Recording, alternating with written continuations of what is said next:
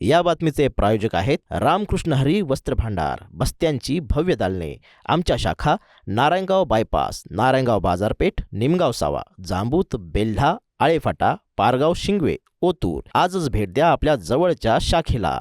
भाजपच्या नेत्या पंकजा मुंडे यांचे स्वीय सहाय्यक पीए अनंत गर्जे यांच्या डॉक्टर पत्नीने शनिवारी रात्री वरळी येथील राहत्या घरी गळफास लावून आत्महत्या केल्याची धक्कादायक घटना समोर आली.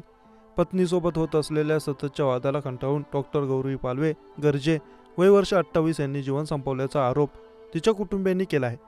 या प्रकरणी वरळी पोलिसांनी गुन्हा दाखल करत पती अनंत गर्जे याला अटक केली. दरम्यान या घटनेने आता राज्यभर पडसाद उमटले आहेत.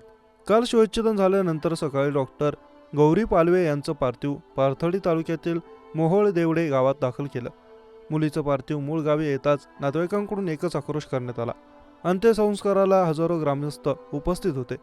सुरुवातीला गावातील स्मशानभूमीतच गौरीवर अंत्यसंस्कार करण्याचं ठरलं होतं. मात्र ऐनवेळी नातेवाईकांकडून अंत्यविधीची जागा बदलण्यात आली. आरोपी पती अनंत गर्जे याच्या राहत्या घरासमोरच अंत्यसंस्कार करण्याचा निर्णय नातेवाईकांनी घेतला. यामुळे गर्जे आणि पालवे कुटुंबामध्ये वादावादी झाली. यामुळे गावात मोठा तणाव निर्माण झाला आहे.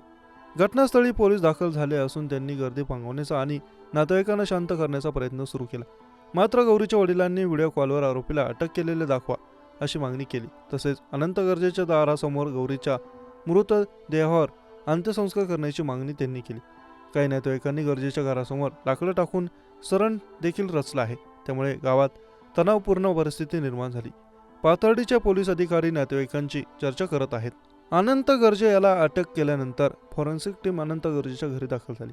डॉक्टर राजेश ढेरे यांच्या नेतृत्वाखाली पथकाने घराची सखोल पाहणी केली. पोलिसांनी काही प्राथमिक पुरावे सापडले आहेत. याबाबत पोलिसांशी चर्चा केल्यानंतर सर्व माहिती अंतिम अहवालात समाविष्ट केली जाईल अशी माहिती ढेरे यांनी दिली.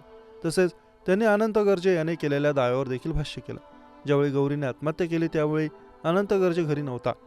आत्महत्या करणार असल्याची माहिती मिळताच गर्जे घरी आला. त्याने 30व्या मजल्यावरून चढून खिडकीतून घरात प्रवेश केल्याचं सांगितलं होतं. या दाव्यावर आता फॉरेन्सिक टीमचे अधिकारी राजेश ढेरे यांनी भाष्य केलं आहे.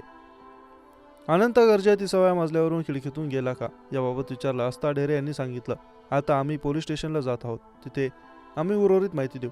सध्या आम्ही फक्त प्राथमिक तपासणी केली. बाकी माहितीबाबत आम्ही पोलीस स्टेशनला जाऊन चर्चा करू.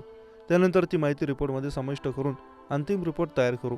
फॉरेन्सिक तपासणीबद्दल माहिती देताना ढेरे पुढे म्हणाले की फॉरेन्सिक चाचणीसाठी आवश्यक असणारे सगळे सॅम्पल आम्ही लॅबला पाठवले आहेत. पॅथॉलॉजी विभागाकडून मायक्रोस्कोप खाली केली जाणारी तपासणीही आम्ही करणार आहोत. यातून तक्रारदाराने किंवा पोलिसांना माहिती नसलेले महत्त्वाचे पुरावे मिळतात का याची तपासणी करणार आहोत. आम्ही पूर्णपणे हा तपास वैज्ञानिक पद्धतीने विश्लेषण करूनच आम्ही अंतिम अहवाल बनवणार आहोत.